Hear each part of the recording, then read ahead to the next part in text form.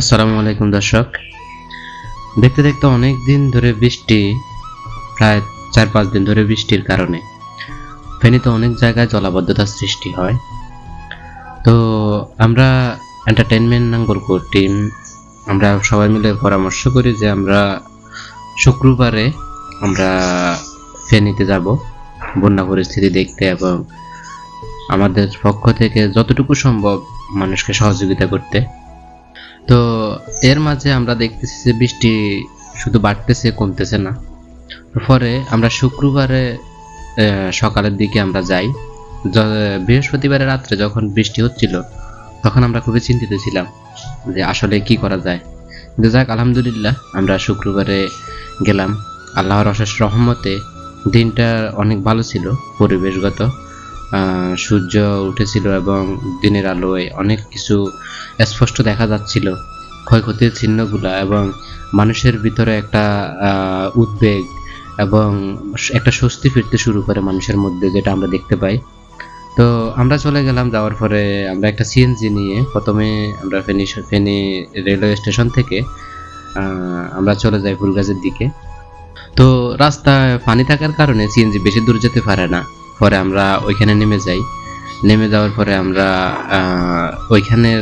ওই এলাকার আশপাশগুলো আমরা দেখতে থাকি যে আসলে ক্ষয়ক্ষতির চিহ্ন কিরকম অথবা মানুষের ক্ষয়ক্ষতি কতটুকু, এগুলো আমরা দেখতে থাকি। দেখতে দেখতে আমাদের সময়টা পার হচ্ছিল। এমন সময় আমরা আশেপাশের মানুষগুলোকে জিজ্ঞাসা করলাম যে বেশি ক্ষয়ক্ষতি কোন দিকে হচ্ছে অথবা কোন দিকের মানুষগুলো বেশি কষ্টে আছে।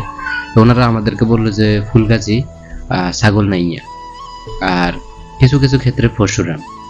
তো আমরা তখন সিদ্ধান্ত নিই যে আমরা আগে ফুলগাজীর দিকে যাব, যেহেতু পরশুরাম ছাগলনাইয়া যেতে আগে ফুলগাজী পরে।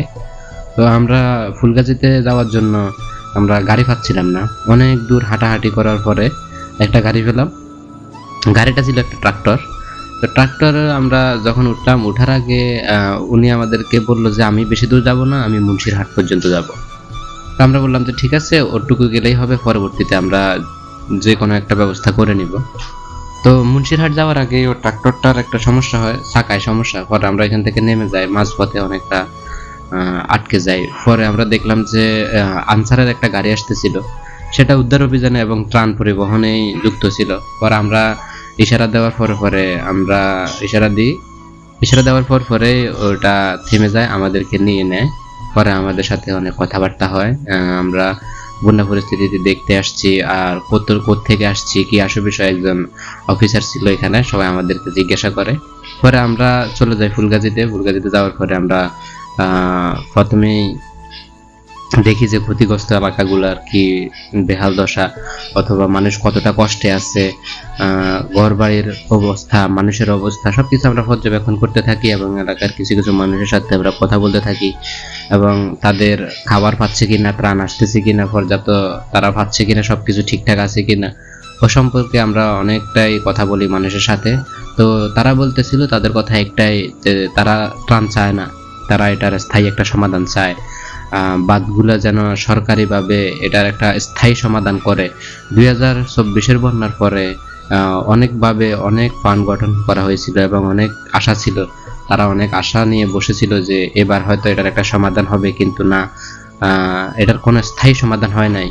আবার কিছু কিছু ক্ষেত্রে মানুষ বলতেছিল যে এটার জন্য যথেষ্ট পরিমাণ বাজেট বরাদ্দ ছিল এবং সরকার থেকে এটা নিয়ে বিভিন্নভাবে আলোচনা করা হচ্ছিল, কিন্তু তারপরেও এটার সঠিক কোনো সমাধান হয়নি। কারণ মানুষ, এখানের স্থানীয় মানুষ যারা, তারা বলতেছিল যে এখানে অর্থ আত্মসাৎ, লুটপাট করা হয়েছিল, যার কারণে পর্যাপ্ত কাজ হয় নাই।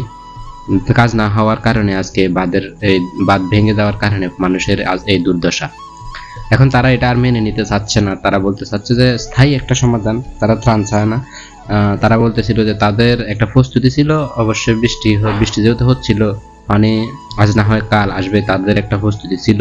সেই প্রস্তুতি থেকে মানুষ আসলে ত্রাণের বিষয়ে এতটাই আনা। এখন তাদের কথা হচ্ছে স্থায়ী বাঁধের একটা সমাধান করে দেওয়া। তো পরে দেখতে দেখতে আমরা ফুলগাজী থেকে আমরা চলে গেলাম পরশুরামের দিকে যাওয়ার পরে আমরা দেখলাম যে ওইখানে তেমন কোনো পানি নেই। পরশুরামের মানুষ অনেক ভালো আছে, বেশিরভাগ ক্ষতির মুখোমুখি হয়েছে ফুলগাজীর মানুষ, যেখানে প্রায় আপনার কোমরের উপরও পানি আছে কিছু কিছু ঘরে, বাড়িতে। তো এবং মসজিদ, মাদ্রাসা, শিক্ষা প্রতিষ্ঠান, অনেক জায়গায় এগুলো ডুবেও গেছে, কোমর সময় মানে প্রায় অর্ধেক পানি উঠে গেছে। বিভিন্ন স্কুল কলেজ মাদ্রাসাগুলোকে আশ্রয় কেন্দ্র হিসেবে মানুষ তাদের পশু পাখি পর্যন্ত, গরু ছাগল পর্যন্ত নিয়ে রাখার ব্যবস্থা করা হয়েছে উপরের তলাগুলায়। যেমন বাইরের বারান্দাগুলোতে গরু ছাগল হাঁস মুরগি রাখার ব্যবস্থা, এবং ভিতরের দিকে যেগুলোতে রুম, পড়াশোনার ব্যবস্থা, ওইখানে মানুষ গাদাগাদি করে থাকতে পারতেছে। তো আবার স্থানীয় প্রশাসন থেকে, আবার স্থানীয় লোকজনের প্রায় লোকজনরা তাদেরকে ত্রাণ নিচ্ছে। সবাই মোটামুটি একটা ভালো সময় পার করছি। আমরা নতুন একটা অভিজ্ঞতার মুখোমুখি হয়েছি এবং দেখেছি মানুষের কষ্টগুলা খুব কাছ থেকে, মানুষ আসলে কতটা কষ্ট করে বন্যার মধ্যে।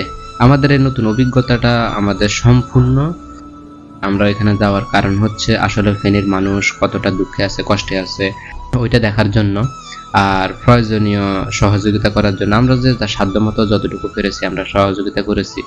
আমরা এখানে যাদের সহযোগিতা করেছি আমরা ভিডিও করিনি, কারোর ভিডিও আমরা করিনি, কারণ আমরা চাই না ভিডিওর মাধ্যমে একটা মানুষ ছোট হোক। তো সবাই আমাদের জন্য দোয়া করবেন। আর আমরা এটার নিয়ে একটা আলোচনা করব যে কিভাবে বাঁধের একটা স্থায়ী সমাধান করা যায়, এটা নিয়ে আমাদের একটা ভিডিও আসবে, ওইটা দেখবেন। আশা করি সবাই ভালো থাকবেন, সুস্থ থাকবেন, এই কামনা করি। আর ফেনীবাসীর জন্য দোয়া করবেন।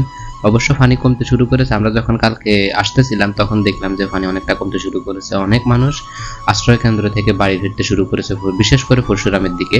ফুলগাজীর দিকে এখনো তেমন পানি কমতেছে না, কিন্তু হ্যাঁ অল্প কয়েকদিনের ভিতরে কমে যাবে, 2-3 দিন 4-5 দিনের ভিতরে অবশ্যই কমে যাবে। তো ভালো থাকবেন, সুস্থ থাকবেন, আমাদের জন্য দোয়া করবেন। আল্লাহ হাফেজ।